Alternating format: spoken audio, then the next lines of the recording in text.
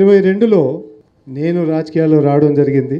అదే టైంలో జగనన్న ఒక ప్రోగ్రాం కూడా గడప గడప కార్యక్రమం పెట్టడం జరిగింది. దాదాపు సంవత్సరం రోజులు ప్రతి గ్రామం ప్రతి ఇంటికి తిరిగాం. అప్పుడు పూర్తిగా అర్థమైంది, అంటే మన జగనన్న గారు పెట్టిన కార్యక్రమాలు ఎందుకు పెట్టారు, దానికి రాష్ట్రం కానీ రాష్ట్రంలో ఉండే ప్రజలకు కానీ ఎంత మేలు జరుగుతుంది, ఏ విధంగా ప్రతి కుటుంబంలో ఎవరెవరికి బలం అందుతుంది అనేది అప్పుడు అర్థమైంది. పోయి చెప్పాను కూడా మన సార్కి, సార్ మీరు ఇంత మంచి పనులు చేస్తున్నారు కానీ బయట ఎవరికి ఎందుకు తెలియదు, ఎవరైనా కానీ మీ నుంచి వాళ్ళు చెప్పే మాటలు కానీ వాళ్ళు కొత్తగా సృష్టిస్తూ ఉన్నారు, సైకో అని రకరకాలుగా మాటలు సృష్టించారు. నల్లప్ప ప్రసన్న రెడ్డి మన అన్నగారి ఇంటికి పోతే సైకో ఎవరో ఇప్పుడు అర్థమైపోయింది. ఆ విధంగా చేస్తూ మనం ఎందుకు ప్రజల్లోకి తీసుకోలేకపోతున్నాం. అప్పుడు నేనైతే నా బాధ్యత అయితే పూర్తిగా మేనిఫెస్టో విధంగా నేను అమలు చేస్తున్నా. దాదాపు 99% అమలు చేసాం.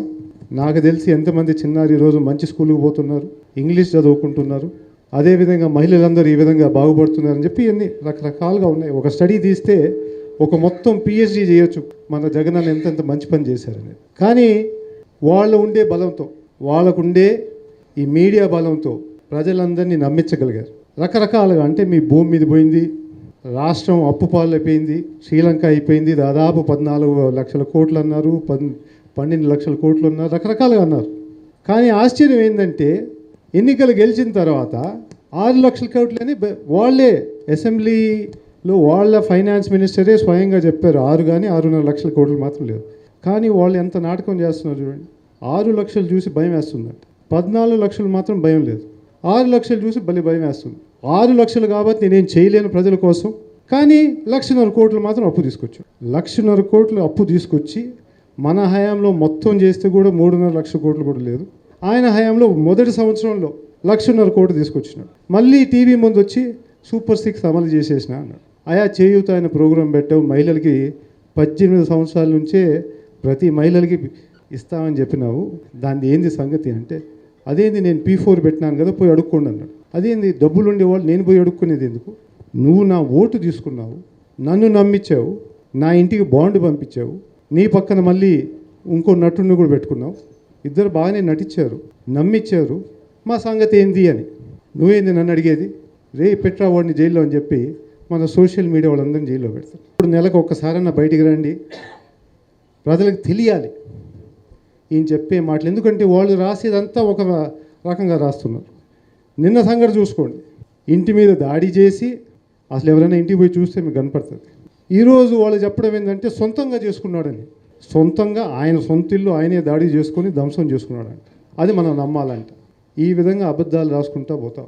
ఒక సంవత్సరం ఆగాం, ప్రజలందరూ మాత్రం బాగానే నమ్మి వాళ్ళకు మంచి ఎక్కడ లేని మెజారిటీ ఇచ్చినారు. 93% ఈవీఎం ఇచ్చిందో ప్రజలు ఇచ్చారో కానీ వాళ్ళకి వచ్చింది, నమ్మిచ్చారు అనుకుందాం. ప్రస్తుతం అయితే ఈవీఎం మీద ఇంకా మనకు నమ్మకం ఉందని, ఎలక్షన్ బాడీ మీద నమ్మకం ఉందని చెప్పేసి అనుకుంటాం. ఆయన నిజంగా ప్రజలని ఆ విధంగా మబ్బి పెట్టాడు అనుకుందాం. ఒక సంవత్సరం ఆగారు, జగనన్న కూడా కొంచెం ఓపికగా ఆగారు. లేదయ్యా వాళ్ళకు వదిలేసేయండి, వాళ్ళు ఇష్టం వచ్చినట్టు వాళ్ళు ప్రజలు ఆ విధంగా తీర్పిచ్చారు కాబట్టి ఒక సంవత్సరం టైం ఏంటి అని. టైం అయిపోయిందా, సూపర్ 6 అయిపోయింది అని చెప్పాడు. ఇంకా మనం ఏం చేసేయాలి, గమ్మును కూర్చోవాలా? మీరే చెప్పండి అమ్మా, గమ్మును కూర్చొని ఒప్పుకోవాలా? ఆ విధంగా అబద్ధాలు ఆడేటప్పుడు మనకి ఏమైనా కొంచెం బాధ్యత ఉందా లేదా? మనం కూడా ప్రజలకు తెలపాలా లేదా? మనకి మీడియా ఉందా లేదా? లేదు. ఉండేది ఒక ఛానల్, మన సైడ్ నుంచి ఏదో కొంచెం బాగా రాసేది, మిగతా అది ఎవరు మన గురించి అయితే రాయరు. ఎట్టబోయినారో అమ్ముడు పోయారో ఏమో నాకు తెలియదు, కానీ మన గురించి అయితే రాయట్లేదు. కారణాలు నాకు తెలియదు. అందుకు మన నాయకుడు ఒక మంచి ప్రోగ్రాం తీసుకొచ్చి ఇంకా మనం ప్రజల దగ్గరకు పోవాలి, ప్రజలకు తెలపాలి, అసలు జరిగే విషయం ఏందో తెలియాలని చెప్పేసి ఈరోజు ఈనాటి కార్యక్రమం పెట్టారు. అందుకు మీ అందరు కోరుకునేది, నేను కూడా మొదటిగా నాకు బయట పత్రికలు చదివాను కాబట్టి నాకు పూర్తిగా తెలియదు.